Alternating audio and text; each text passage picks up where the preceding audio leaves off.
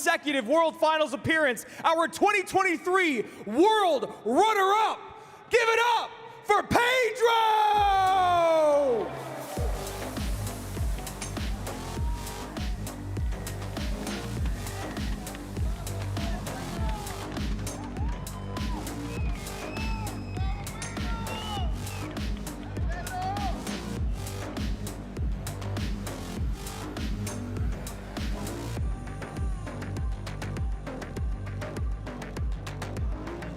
And he'll be looking for some revenge against his opponent, who is the one that sent him home in 2024. Lucas started our sets today going 2-0, 2-0, 2-0. Can he keep the trend going? Let's give it up one more time for Lucas!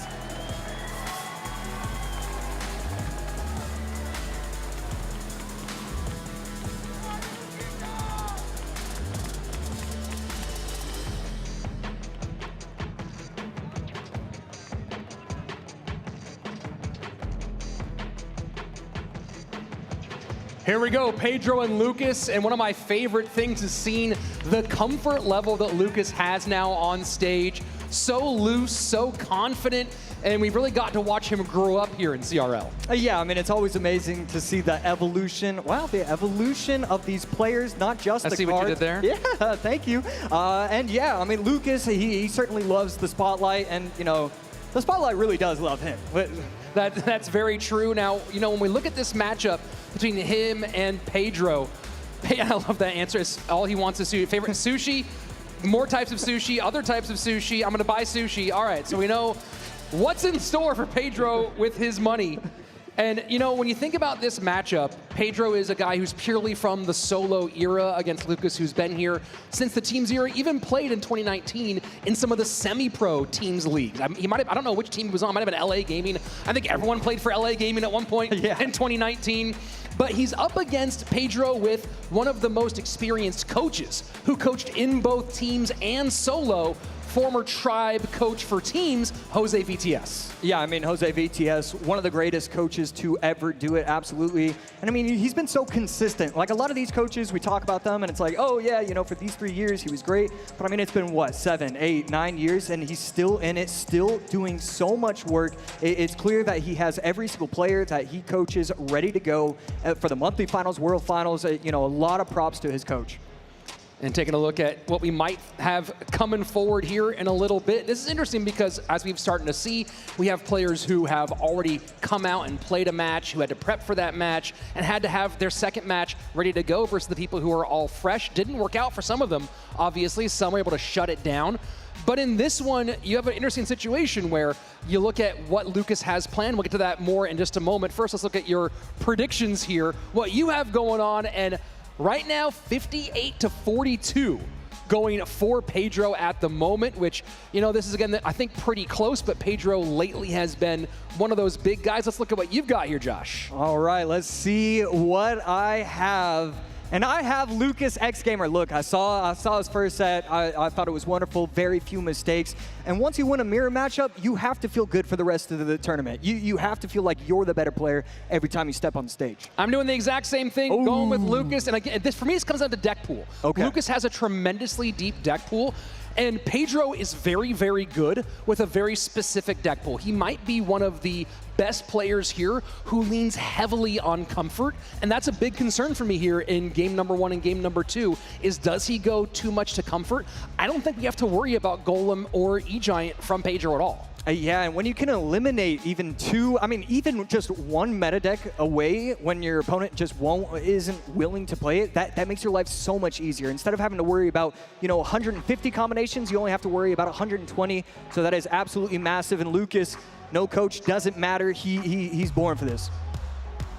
Bored for this, indeed. First made his debut with Pain in 2020.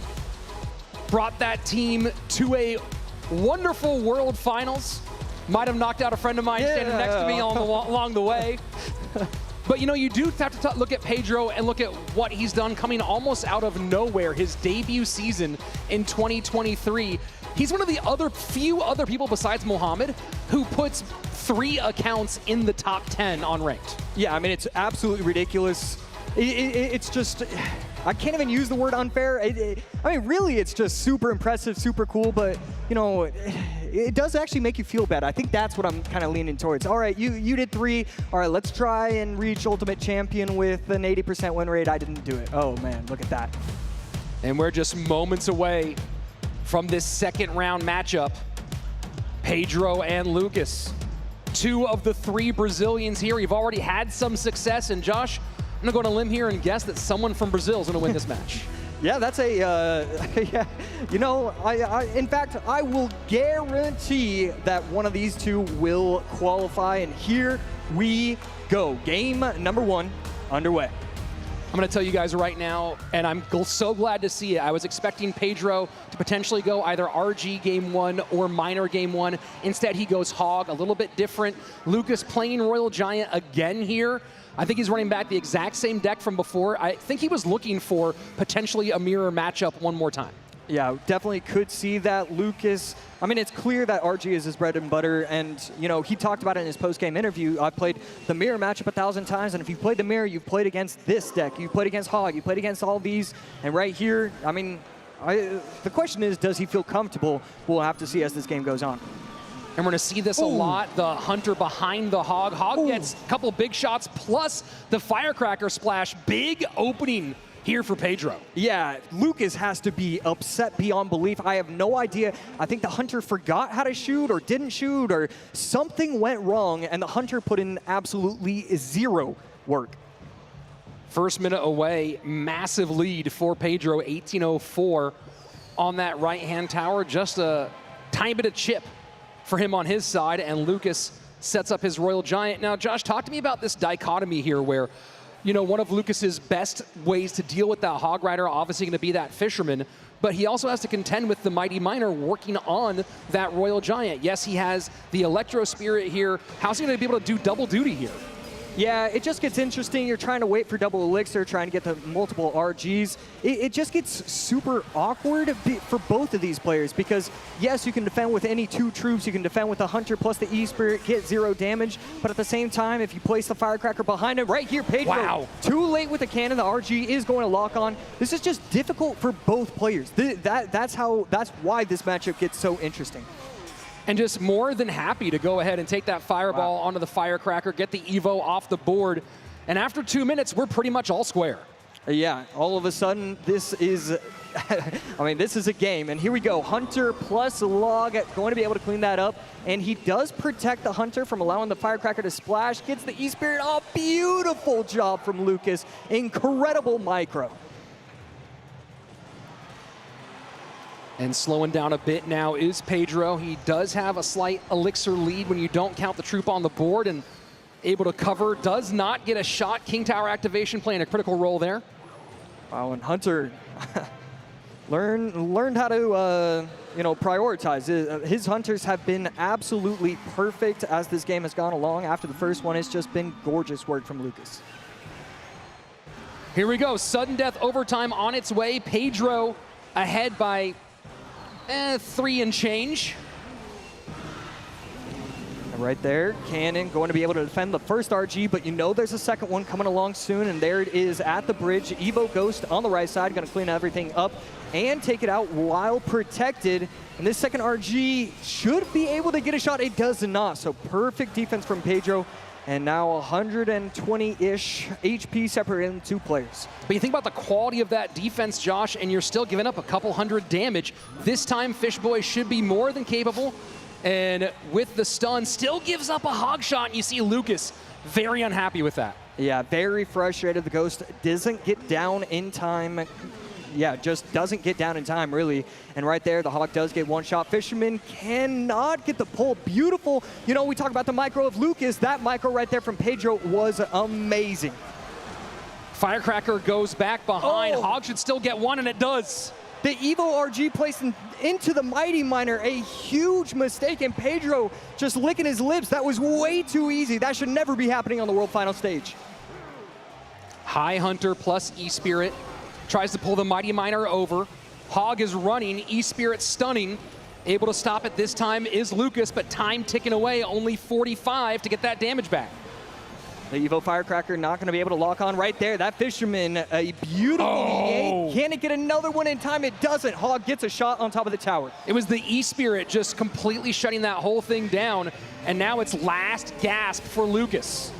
Yeah, and right there, 2 Mighty Miners on the board. This is one of those matchups where you don't need the 3-card cycle. You love all the Mighty Miners as if you can. Pedro, what does he have for this? Evo RG on tower, cannon comes down to hold. RG in one more time. Lucas has to get so much done. Fishboy trying to pull. He needs to get one shot, can't get it done. Fireball in, won't be enough. Game number 1 for Pedro. Well played coming out from Lucas, the emote, the hog emote, and the Barbarian Flex coming from Pedro. And look, this is one of the few matchups that we can look at and say, who played better? Who made less mistakes? It felt like both of these players might have been nervous. It felt like, you know, something was kind of off, but Pedro able to do just enough and walk away with a win. Got a very important win here too, right? You got to get those first round jitters kind of out of the way. And, you know, looking through some of their previous matchups here, I don't know if I've seen anywhere Lucas played Royal Giant, at least in this configuration. In fact, the only matchup I see where he played RG against Pedro was a loss back in GKR, one of our older golden tickets, against the Lava deck. So now 0-2 with Royal Giant against Pedro. Yeah, I mean, you can be the best player in the world, but sometimes a player will just kind of have your number when you're using a specific deck. Pedro's deck pool is, you know, the Mortars, the Hogs, all these, even if they're not great matchups, he's so clearly practiced in them, and he's always going to be able to get that 50-50 going, and he's going to be able to win those tiny little interactions that other people aren't. I'm not sure how I feel about RG, but at the end of the day, if you want to be comfortable, if you want to play your best, you know, sometimes you have to make the tough choices, and right there in game number 1, it just didn't work out for Lucas. And Pedro here, again, not going RG game number 1, not going Miner game number 1. That does raise the question, do we see one of those two in game 2? He could play the Bar Barrel version of Royal Giant in one of these ongoing games, and of course, Miner has so many variations. Yeah, absolutely, and I gotta say, I was getting a little bit distracted. You know, I always gotta appreciate Halloween, always gotta appreciate, you know, the cosplay and setting everything up. Beautiful, beautiful costume. Right over there. Yeah, goblins on stage, goblins in the crowd, goblins everywhere. Yeah. Yeah. Just a good time. I feel like goblins are fun to party with, so yeah. Yeah, sure, and happy Halloween to all of you at home. I guess you're not trick-or-treating, but maybe this is your Halloween party, and you can celebrate and join us at event.supercell.com/Clash Royale. Go ahead and get your picks in for these matches, and of course, we still have 2 more days. So if you haven't yet, subscribe to this channel, like this stream, and make sure you come back, set that notification, hit the bell so you don't miss day 2 and day 3 action. Day 3, we have best of 5s for that upper, lower, and grand final. Yeah, I mean, best of 5s, it's been a wonderful addition this year. It is so cool to see, you know, everything you have to think of. Instead of, you know, I don't even know the combinations and stuff, but, you know, instead of 24 total cards, you're looking at 40, that's, you know, a million, billion, whatever it is, a lot of different combinations and a lot of just trying to outthink your opponents, outsmart your opponents. It creates just a whole new way to play this game. And this is where it gets interesting because I know the players who have coaches have really planned deck progressions, where I know that Lucas has an idea, was kind of looking at game number 1 a lot, and then had some notes on what his opponent might play in game number 2. But there's a difference where a lot of these players are coming up with full sheets that have, hey, if these 2 or 3 or 4 cards are out in this combination from your opponent, this is where you go next, right? So it's a little bit more, I guess you have maybe something to hold on to more in that situation on stage. Yeah, I wonder, you know, the benefits and the negatives of everything, because at the end of the day, you know, you don't get that coach on stage. So being able to know everything you really want to be doing, it's such an interesting conversation to talk about having a coach, not having a coach. So here we go, Miner from Pedro in game number 2, going to Comfort after getting the win outside of his normal set. And Electro Giant for Lucas. Good placement on the E-Giant, not going to allow a ghost shot. And then Pedro Is this Mortar? No, gonna be the Goblin Hut plus the minions. We're probably looking at Minor Poison. Ice Wiz plus minions, pulls it all to the middle with a NATO to get them off the board, but not gonna get much more than that is Lucas. Yeah, really do not like that NATO from Lucas. I think it's a pretty massive overextension right there. Forces out the Barbell as well. And Pedro up 2.5 Elixir. And just, you know, he's cycled his Evos. The Ice Spirit easy to cycle, Ghost easy to cycle. So just a really great start for Pedro. Lucas did play Electro Giant in an in-game duel, not an out-of-game duel, so preset decks got the win over Pedro. Slightly different variation, didn't play the Golden Knight. And I was just waiting. I'm telling you, the worst interaction in the world, the one that makes me throw away the game, I'm not playing this for one more second, is missing a minor when you have Skarmy. That is the worst interaction in the world. But he got it, he got it. He got it, yes. Barbarrel takes a swing, and the Evo Ice Spirit forces out 4 Elixir from Lucas. You don't want to take those little extra tips. Yeah, Lucas kind of okay with cycling the Baby Dragon, trying to get to the double Elixir, triple Elixir. And then Pedro, this is what happens. We see Minor Poison, and he's going to start to get really aggressive. These minor placements are so interesting to look at from Pedro. Yeah, in that anti-NATO spot to the outside.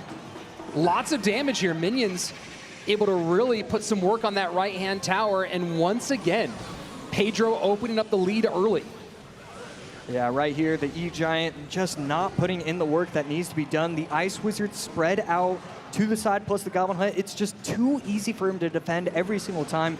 Never going to be an opportunity for his opponent to NATO it to the King Tower. I mean, this is just picture-perfect play from Pedro. That was a lot altogether. Yeah, I cannot believe I got it done correctly. E-Giant set up. We are deep into double. What do you think of the chances here of Lucas actually breaking through against, we have the Hut, we have the Ice Wiz, the ability to shut things down with the Ice Spirit as well? I mean, I don't believe in 0% chance, but I do believe in 0.1, and that's what it's really looking like. And this is what we were talking about, right? The deck progression stuff where you go, hey, here what we think we need to cover after game number 1. And so far, Pedro and Jose looking like they have got Lucas's number. Yeah, right here, 1:40 seconds left. We're seeing him poison nothing, so you have to be a little bit worried about the big push coming in from Lucas. If Lucas doesn't get it here, it's over. He needs to get it here, in my opinion. 90 seconds left. Baby Dragon puts a little bit onto the Ice Wiz. Beautiful. Lightning clears. Yeah, beautiful timing right there with the Ice Spirit, trying to keep the Ghost alive. Minions trying to stay out of range, forces out the NATO from Lucas. And Lucas just can't get that much out of the NATO, right? He's not using it to be able to get a big Golden Knight combination. He's not getting the breakthrough on the E-Giant. This time it picks up the minor, having to mitigate some of that problem. And at this point, Lucas opting to go into the weak side. Yeah, and I almost want to point out the first mistake I've seen from Pedro. I would like to see him switch up the minor placement. NATO out of cycle. You've been playing it there every single time. But yeah, both of his towers are basically at 3K. You know, I don't want to get too nitpicky, I guess. And these minions have just been absolutely shredding these Electro Giants. You know, and we talked about it earlier, the extended range now making it so that they can do a whole lot of work. And Lucas has been trying to find a way to break through with the NATO. Hasn't done it yet. 30 seconds left. You talked about do or die, Josh. This is the one. Yeah, E-Giant on the left, E-Giant on the right. Baby Dragon just dead. It's gone. It's finished. That is massive for Pedro's defense. This shouldn't even be a struggle. The Ice was going to go to both lanes, and there we go. We finally do see a push. Golden Knight in. Minor able to hold here, and that's not going to be enough. Golden Knight dashes. Electro Giant will not be quick enough. And Pedro comes out and does it the easy way. 2 games up, 2 games down.